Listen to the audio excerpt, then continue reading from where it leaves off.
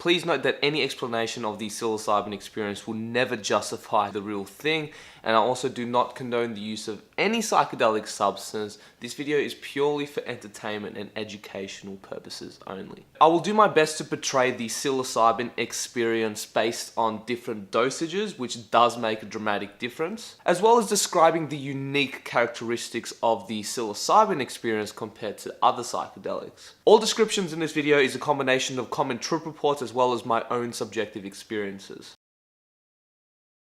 Psilocybin has a lot of unique traits, just like any other psychedelic substance. Some of these characteristics may overlay with other psychedelic experiences, but the following traits are pretty consistent and common when we're talking about psilocybin mushrooms. It's a complete entheogen. It's the oldest entheogen known to man, cosmic and alien, especially in high doses, playful and childlike nature in small to moderate doses, can be malevolent and extremely dark in very high doses. Emotional roller coaster and harder to control, especially when you compare it to LSD. Confusion and thought loops can be very common. Psilocybin also takes longer to integrate when compared to other psychedelics. Physical effects of psilocybin may include, but are not limited to, heavy body load, tactile enhancement, runny nose, olfactory hallucinations, excessive yawning, eye watering, and body temperature fluctuation. Beginning phases. During the come up, it's very common to experience bright, saturated colors, increased senses like crisper sounds, increased visual acuity, and increased empathy, high awareness. You may also feel anxiety and or nausea during the come up, but don't worry, this does pass. So this is the part that most of you came for. How does this psilocybin experience actually feel like on a subjective level? I will separate this into 4 parts: low dose, medium dose, high dose, and monstrous dose. Please note that psilocybin potency vary greatly depending on the batch of mushrooms. Low dose, 0.5 to 2 grams. The analogy I like to use is that this is like dipping your toes into water. Visually, things start to move and breathe, especially when you start to focus on a single point over an extended period of time. It's very common to experience peripheral visual drifting. Visual acuity increases. You may notice that the resolution of textures may significantly increase, like when you look at stones on the pavement or grass. You may also experience changing color spots as well as basic patterns, closed eye visuals. Sounds start to become wider and more in depth, so this will naturally lead to an increased appreciation of music. Cognitively, thought patterns begin to change and become more fluid. And this is because psilocybin makes our brain more hyper-connected, which allows us access to older structures of the brain. This may result in old memories and insights to come up, like old childhood memories or even dreams and stuff like that. You may also feel like you're in a very light dreaming state. The veil of separation begins to slightly dissolve, so you may feel more connectedness with yourself and others. This will also result in a significant increase in empathy and creativity, as well as your emotions being amplified. So if you're feeling happy, you're gonna feel really happy. If you're feeling sad, you're gonna feel really sad. I've noticed in these low doses, things start to have a bit more life and color to it. Almost like the universe gives you like these HD goggles. Nature is especially awe-inspiring. It's almost like looking at the world through the eyes of a child, where everything is so amazing and beautiful. This is more of a fun recreational dose. You also may feel like deja vu, like you've been there before, which can be a very weird feeling. It really is like rediscovering the world and connecting with your inner child. From my experiences with these low doses, I remember always like giggling like a little kid and being amazed with everything and having this bliss and joy just radiate throughout my body. And it gives me the opportunity to really reconnect myself with nature and life itself. With a low dose, you can still go out, explore, talk to people, and be reasonably functional. Most people aren't gonna freak out if they see a stranger on this kind of dose. And even though you can still talk properly and do many activities that you can do sober, just don't be a silly cunt and drive a vehicle or operate heavy machinery or anything like that, because you're still not 100% there, you know what I mean? Moderate, 2 to 4 grams. This dose would be more like snorkeling, right? Where you can look under the water as you please, but you can also kind of take a breather when you want to, so there's still that level of control. This dose is when things go up a notch and when things start to become a little bit more life-changing in terms of how you perceive yourself and reality. Things start to distort more intensely, and you may see projections of your subconscious mind merging into your external environment. This is when it starts to get more into like this lucid dreaming territory. Information, memories, and ideas start to flow in at a much faster rate. So you might find yourself connecting more dots and swimming around in your own psyche. Visually, you get very obvious open eye visuals like progressive warping, direct visual drifting, color shifting, and may also see ancient cultural patterns. It's common to feel a heavy body load and weird bodily sensations. Like I personally get like this clammy coldness followed by this feverish heat. This is what the Tibetans called water sinking into fire. Ego starts to diminish, so much so that you may start to experience ego dissolution, which usually leads to existential questions about reality. You also start to lose sense of time, usually slows down. Higher awareness of self, which is useful for objective analysis. You can also get very high sensitivity to emotions. In the low to medium dose, mushrooms can be very playful by nature, so it can be a joyful experience just swimming around and exploring your unconscious mind. However, because you're more susceptible mentally, emotionally, and spiritually, it is highly recommended that you get a trip sitter and have 0 interruptions. Body load can get significantly heavy, so it may be difficult to walk. Also, eye-watering and runny nose can be more intense, as well as olfactory hallucinations. When I'm on shrooms, my skin has this very weird, bizarre scent to it that is just indescribable. Very similar to ayahuasca actually, which is interesting to note. Personally, my body temperature always goes up and down as well. And what I've noticed that in this dose range, it makes it very easy for you to step outside yourself and really objectively analyze yourself. And because of this, moderate doses are commonly found to be very therapeutic in terms of letting go of past traumas and anxiety. 46 grams.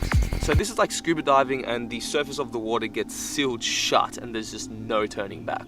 This is commonly known to be the heroic dose or even the talk to God dose. This is more of a lie down, close your eyes and just shut the fuck up and listen dose. Be warned though, this dose should only be reserved for the courageous, trained psychonaut who really wants to go to that next level. This is when you get very strong hallucinations like fractals, sacred geometry and very intricate patterns. It is very common to envision symbols portrayed from ancient cultures such as the Aztecs, Mayans, Hindu, African, Native American, Aboriginal and Egyptian. High doses of mushrooms can also induce feelings of transcendent and out-of-body experiences. You also get more access to the primitive part of your brain, so you might feel like this primal type beast creature coming out from the depth of your own psyche. You may also experience trembling or shaking beginning in the pelvic region, spreading up through your torso. These physical sensations should not be recognized as symptoms of illness, but signs of transcendence, so don't resist the experience and just let it out, man. On this level dose, it gets increasingly harder to walk. You can also get feelings of unity and interconnectedness. The speed of universal downloads go up a notch, so you may feel like this intense defragmentation going on. It's normal to feel these distinct sentient beings contacting you using this non-language form of communication, but you can somehow understand. It's like so fucking mind-blowing. 100% ego death is possible on this dose, but very unlikely, as most will never reach this state using this dose alone. When you go up to the high doses, I've noticed that mushrooms no longer have like this playful childlike nature to it when you're looking at the low to medium dose. This is when mushrooms start to become a little bit more unforgiving. They can be very merciless in showing you how much of an asshole you really are and pointing out all the negative personality traits that you need to work on. And at least with me anyway, and I remember getting like this very strong sense of these indigenous tribe spirits energetically communicating with me, but they weren't using English, but I could completely understand what they were communicating with me. And it's usually a similar core message of like, get off your fucking ass and do something, this world is in a state of emergency kind of thing. Higher doses will definitely cause more intense catharsis. I find myself purging in various different ways, from crying to yawning to burping to, I've never thrown up, but some people do, even screaming. And all of this can be very healing because you're energetically releasing all of this blocked energy or trauma, you know, whatever you want to label it as. Thought loops and confusion is very common on this dose, and it's also very hard to speak properly. Like I personally struggle just to string a sentence together. But yeah, high doses are very intense and definitely not for the light-hearted.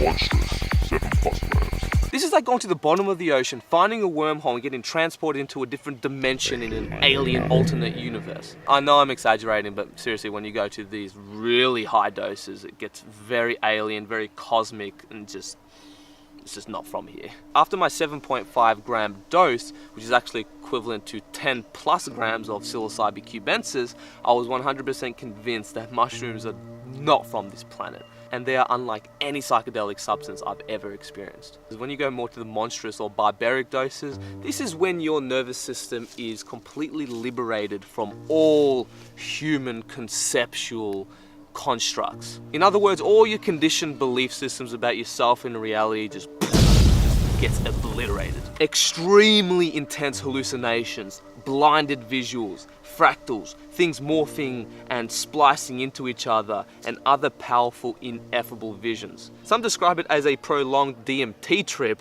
which I would definitely agree with. Ego death is much more likely, and if not, then you're gonna get very overwhelming feelings like you're in the process of a physical and metaphysical death. And psilocybin is very infamous of convincing you that you're going to die. Distinctions between the internal world and the external world completely disappears. You really start to go into uncharted territories and may even transport to alien dimensions and go into contact with strange entities. Terence McKenna describes self-transforming machine hours, but I don't know, like most people will never see this, and I think this is all depends on your own belief systems. This can induce extremely intense catharsis, like the most intense catharsis I've ever experienced in my life, but this can be very useful in, letting go of blocked energies you may have. Consciousness is pretty much free from the constraints of your own ego, so the sky's the limit of where you can go with this. Your consciousness can travel to the macro and micro universe. I remember seeing this Earth from a bird's eye view and then going into the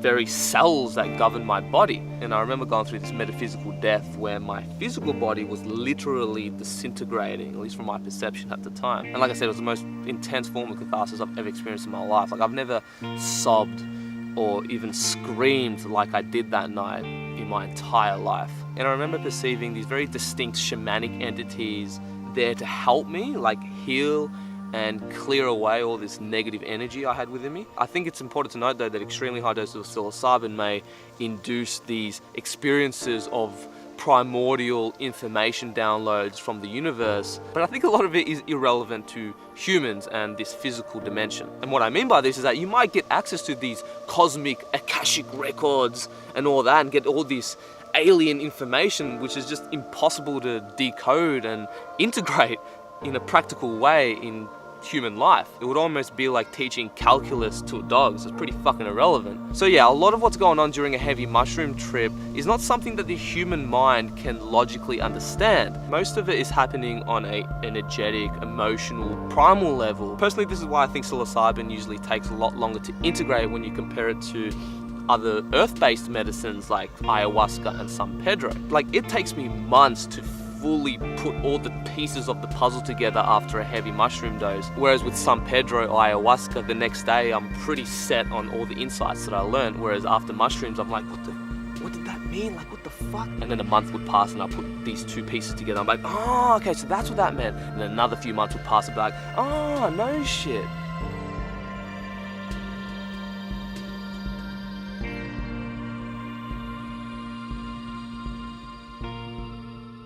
That's it for the video, guys. If you enjoyed this, don't forget to leave a like and subscribe to the channel if you haven't already. What was your most intense mushroom trip? Comment below, I'd love to hear about it. Thanks to all you legends supporting me on Patreon. Much love, deepest gratitude. For those who don't know, YouTube are being a bunch of cunts in terms of demonetizing a lot of my videos. So if you guys enjoy this type of content and want to get behind me and what I'm doing, then feel free to check out Patreon. It's definitely the best way to do it. But that's it, guys. Have an awesome day, and I'll catch you on the next video. Peace.